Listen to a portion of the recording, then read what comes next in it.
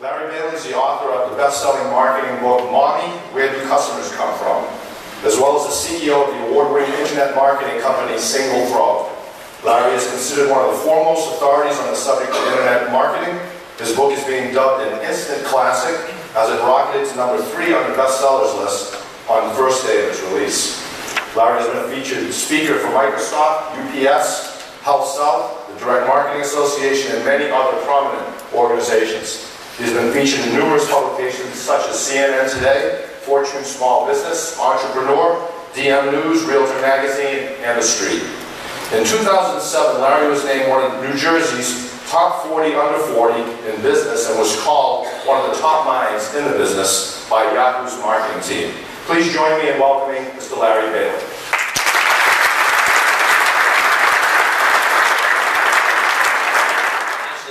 Standing in the back, and I started to think a little bit. And I remember back when I was a little kid, I used to, just hope and pray and wish and pray that one day I'd be famous. And one day that I'd be up on a big stage and people will be talking about me. And after listening to Tom speak about me, it now kind of dawned on me that I probably should have been a little more specific. Who here is familiar with the NBC show, The Office? Okay, just so I can get a gauge on the room, show of hands. Who hates raising their hands to these things? 2, 3, 5. Okay, I'm going to ignore that side of the room. Good.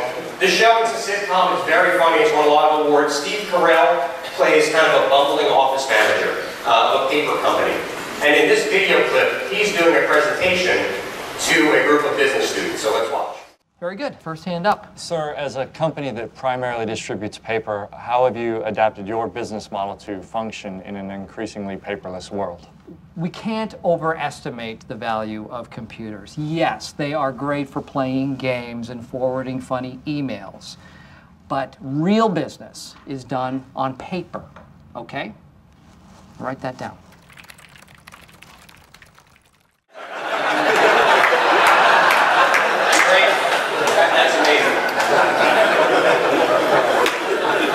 Say anything. At the end of this presentation, when I walk outside, someone will come up to me and go, yeah, that's the future. And the fact is that that's the now. That's the was been, has been, will be. There are people that are out in business now that are owning homes, that are potential customers, that don't remember a world without computers. And we're getting extremely close to a world of people that don't know of a world without the internet. Everything we want is a click away. We all know this. Our customers know this. Whether it's a car, a home, a bathroom remodeling project, it doesn't matter. It's a click away. And we also live in an on-demand society.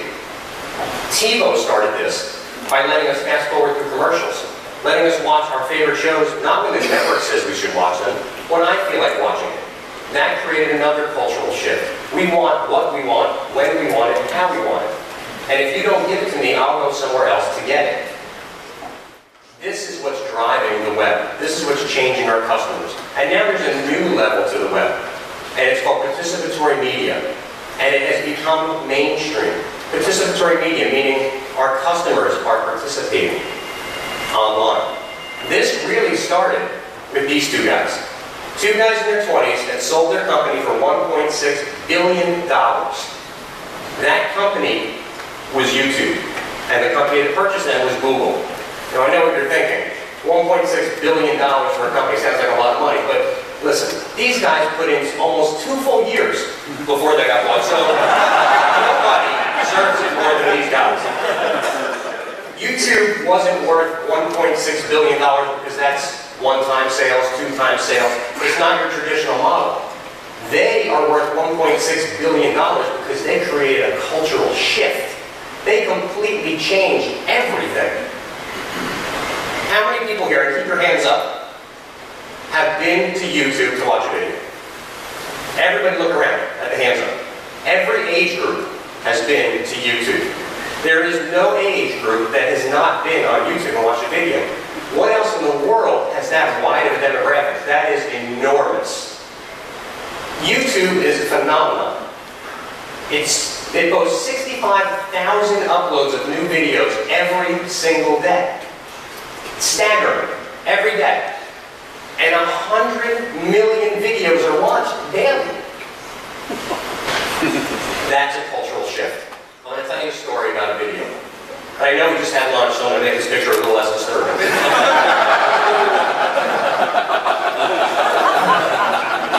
This is Ronnie Coleman. If anyone follows bodybuilding, which I don't, he is 8-time winner of the Mr. Olympia competition. He is considered one of the best there has ever been. There's only been one other gentleman who's won 8 times. Ronnie has won 8 consecutive times in a row. To give you a gauge, Arnold Schwarzenegger only won 6 times in a row. And he's considered the best there's ever been. Ronnie went back to win number 9. And no one's ever won 9. That would have made him the best ever. And he lost. 1 week later, he's in my office. Not because we're friends, because the company that produces this protein bar that he endorses is my client. And I had an idea of, why don't we get him into the office? We have a full-blown recording studio in my office, and we did an audio and a video podcast with him, an interview. We want to get people to buy more of this protein bar. So I have to figure out who should be eating this protein bar. And it's not people like us. There's enough protein in this protein bar to keep you running to the bathroom for most of the day. It's guys that are used to eating, and women that are used to eating that kind of protein.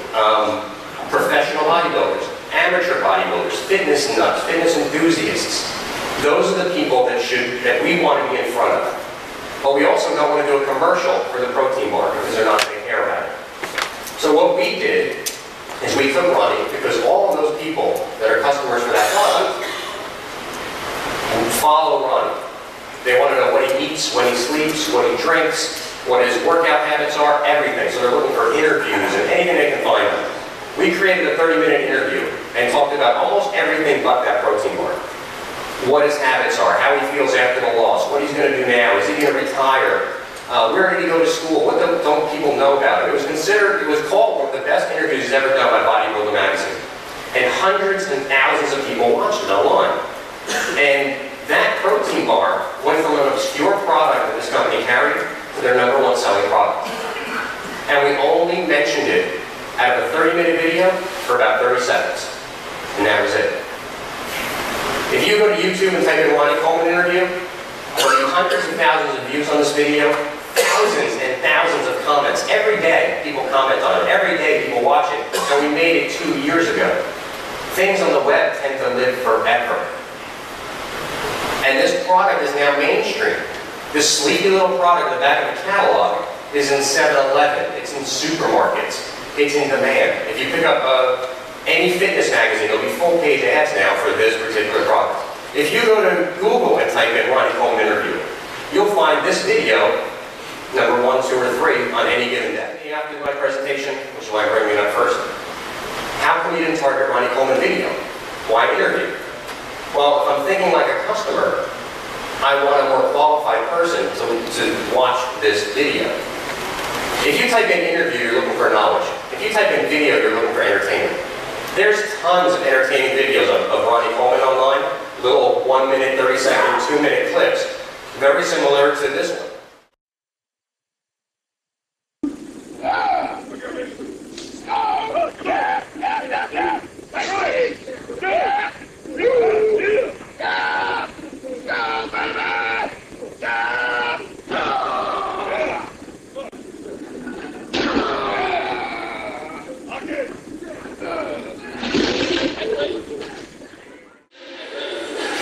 That's 900 pounds, in case you're wondering.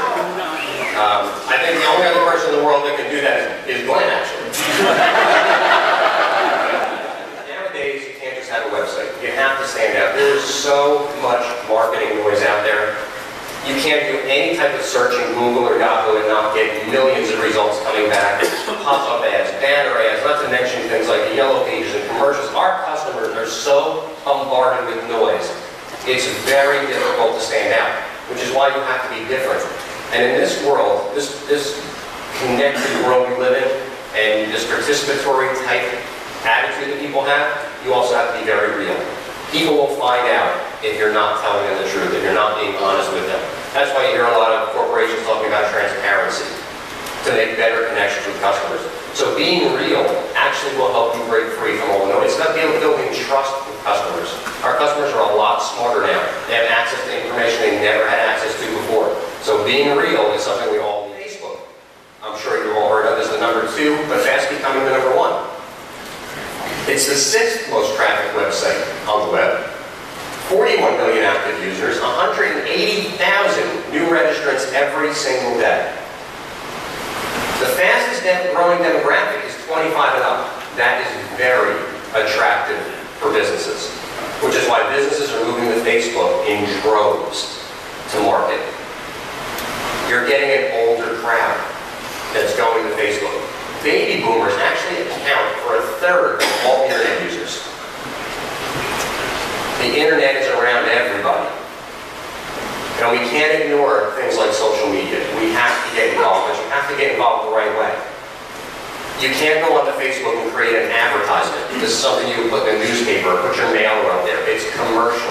You have to get involved. You have to become part of the conversation. Contribution in the conversation is what will lead to success on the web, in the social media space. One marketing outlet is also very easy for your competitors to gobble up your customers.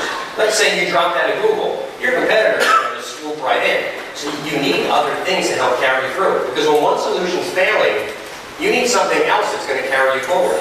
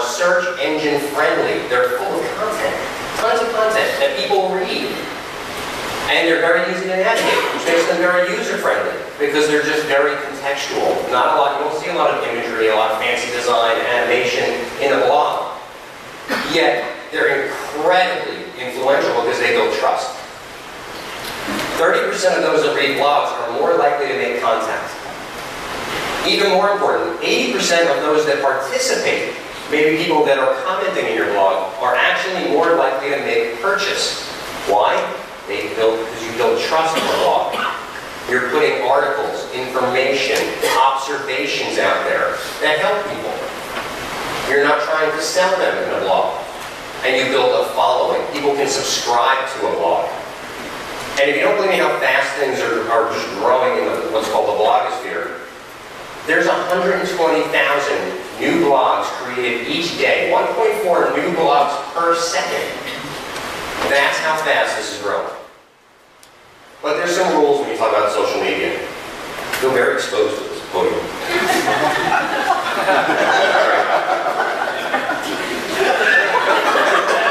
Anyway, there's some rules. But they're the same rules that you're used to that we all grew up with, believe it or not. Like, you're judged by the company you keep. We've all heard this. Social media is no different. Your Facebook friends, your MySpace friends, everyone wants to have tons and tons of friends. But all that does is kind of muddy the water. You can't get clarity. You're trying to improve your sphere of influence in these social spaces. You can only do that with like-minded people. Because you can't keep track of everybody with all their different thoughts. It would be like if I could read everyone's mind in the room, I couldn't read it all at the same time. It would just be noise. You have to think about who you're going to allow to be a friend. Like-minded people. That expands your sphere slowly, but it grows in a quality way. Treat people the way you want to be treated. That goes across everything on the web. Websites, blogs, what you're writing, your podcast, anything you do on the web. Take a step back and look at it from your customer's perspective. Yesterday, I was at a car dealer in Ocala, Florida, Nissan dealers, who are 5 hours north of here, that they want to hire us to work with them. We work with other car dealers. The dealership principal said something to me that was very interesting. So they looked at one of your other clients' websites that we did. And he goes, I hated it. He goes, but then I stepped back and looked at it the way my customer would look at it, and I loved it. So at first, when he looked at the website as a car dealer, he hated it. When he looked at it as a customer, he loved it. Well, guess which one he wants to build? The one his customer loves, not the one that he loves. I'm not building it for him. I'm building it for his customer. And if I do that, the results will make him very happy. You have to look at everything as if you were the customer. Put yourself in those shoes. There's no time to do things twice. My other favorite rule is if you keep doing that, you're going to go blind. It's not necessarily blind. It's invisible. If you keep doing the wrong things, you become invisible to your customers. I just couldn't think of a social rule to use invisible. This one fits. I'll give you an example about failure to connect. Because if you keep doing the wrong things, that's what you're doing. It's a failure to connect with your customers. This is a true story. Not that I'm not telling you any other stories that aren't true. They're all true. This one is personal for me. In the family room of my home, I had carpet. And I wanted to put hardwood flooring down. It was on a slab, that section of my house. So I knew I was kind of limited to what I could do, but I didn't know exactly. So I went on the internet and I wanted to find the best hardwood flooring for my particular circumstances, the application that I had. So I typed in best hardwood flooring for concrete. I forget exactly for what, but I know it was best hardwood flooring. And there was a website that showed up in Google, #1, I mean, right at the top. And I was like, well, there you go. And I clicked on it, and it was this site. Now, this highlighting that I have in here, I did that, just to prove a point. The content on this site was probably more content than I had ever seen on a website ever. That's 25% of the content, maybe even less. That you can see on the right-hand side where the scroll bar is. It just scrolls, scrolls, scrolls. The reason I did the highlighting is to show you how many times they use the term hardwood flooring to try to show up in a search engine. It made the content ridiculous. If you're looking for hardwood flooring, we have hardwood flooring. We've got the hardwood flooring that you need for hardwood flooring. I mean, it was just over and over and over again. It was like a 3-year-old that threw up on the page. Which does not persuade me at all. And also, what I thought was interesting, the first line of text on your website, the first thing a customer reads, wouldn't you think that's kind of important? It's how you're greeting somebody. Here's the first line of text. It's the stupidest grouping of words I have ever read out loud. Hardwood floor is a material that has fascinated humans for thousands of years. Really? Really? For thousands of years. Wood, right? And who uses the term humans? Humans? And is it only humans? I'll tell you what, when we put down the hardwood floor, my dog ran across it trying to make a right. That dog was pretty damn fascinating.